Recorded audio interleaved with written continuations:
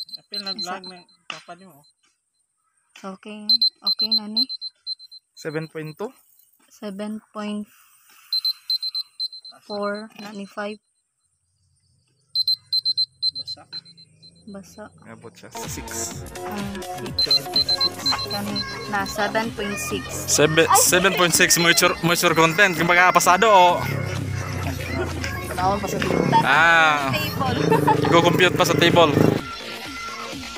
Pagkatapos makolekta lahat ng data ay papasa sa materials consultant at dalhin sa laboratory para sila na ang mag-compute.